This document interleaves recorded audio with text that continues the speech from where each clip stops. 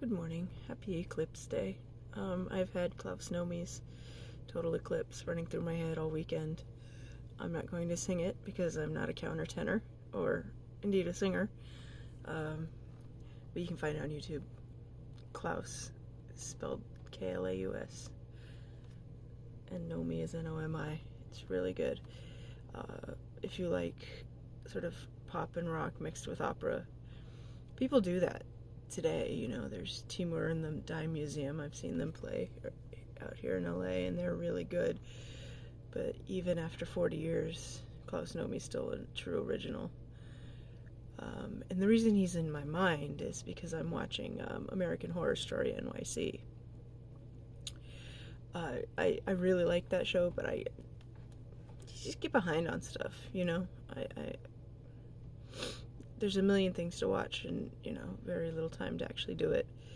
But I'm at the very end of it now, and, obviously I understood what that character following people around was from the very beginning. I'm like, that's AIDS.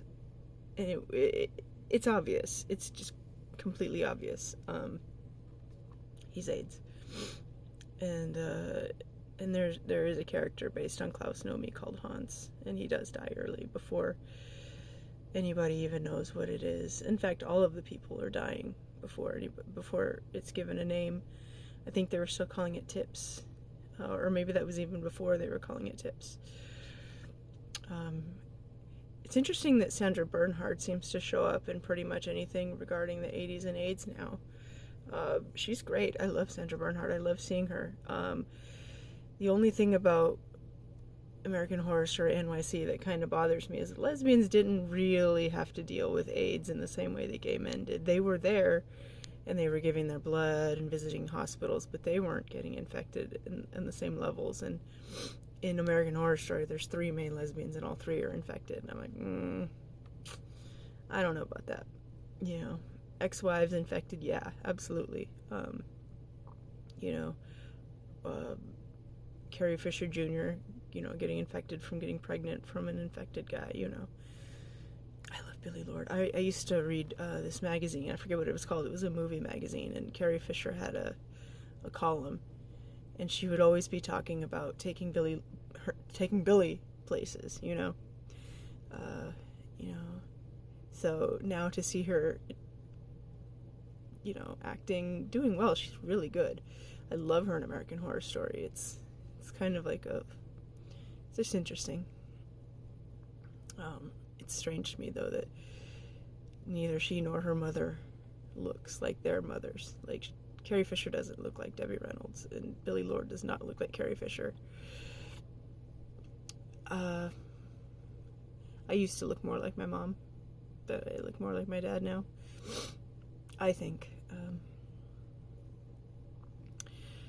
But yeah, no, I think that NYC is actually one of my favorite American Horror Stories, but I also really like Cults, and I know people hate that one. I don't know, I like it when they talk about things that really happened. I mean, they kind of do in all their series, like Coven was like sort of feminism, and whatever Coven 2 was called was something else, but the things like Cult at the time, was when Trump was new, and NYC, the story of AIDS. I think we finally have enough perspective now to be able to tell it. I mean, yes, we've had Angels in America and stuff like that for a while. We've been telling the story of AIDS since AIDS, but I don't think people are afraid of it anymore. I don't think people think of it in the same way they used to. So it's a story that it's ready. But I think about AIDS a lot because as a gay person myself, we lost a lot of our elders in the 80s and 90s. Like, they just dropped like flies. Like, they're just entire generation just wiped out, and they were our elders, and we grew up in the gay community, without older people really to guide us, and now we are the elders, and we're like, oh no, oh my god, you're looking to us. we still haven't really gotten our mind,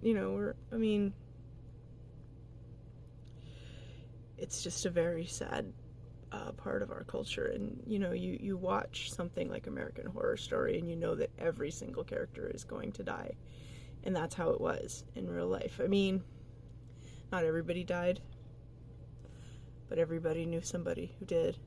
And the more like big city you were, the more people you knew. And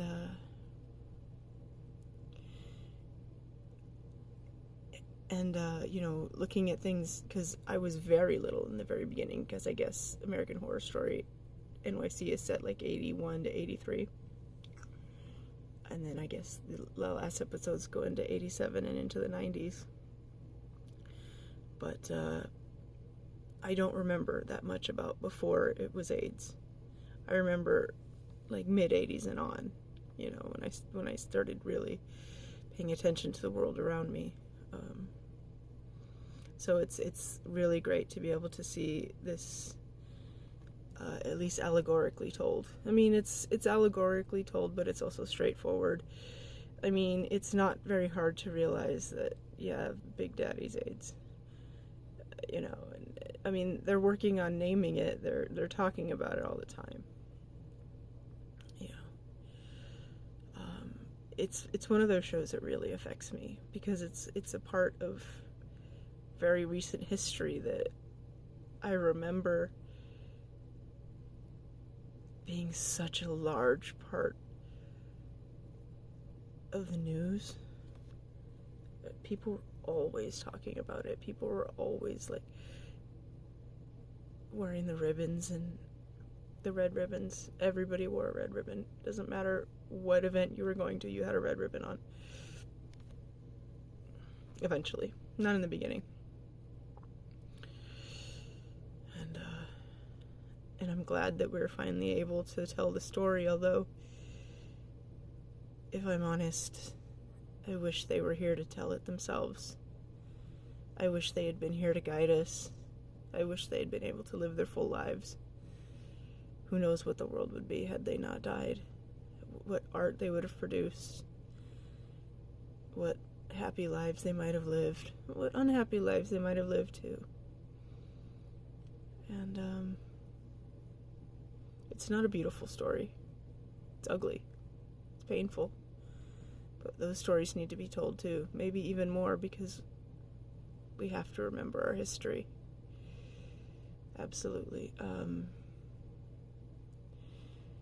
And it's not just gay history, it's human history. Everything that happens to anybody is human history. It happened to all of us. Mothers lost children.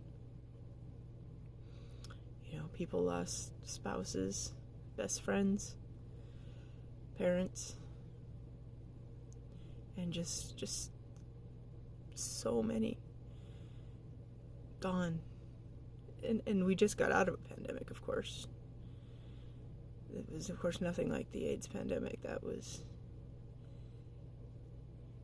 I was in school, and a lot of us were scared that we were going to get AIDS. We didn't really understand until later. But, like, oh, what if, well, it's fluids, right? What if, like, somebody gets cut and it, like, on the playground, or what if you drink from the same drink, all the things that people thought at the time. We were scared. We didn't know, and the adults were talking about this, and they were scared. And they were dying. And I'm really happy that American Horror Story NYC exists. I'm really happy that I thought to look at it. And as much as it's extremely painful to watch, there's something kind of uplifting about how life will always go on, even if individually some of us drop off. So yeah, thank you for watching. I will talk to you later.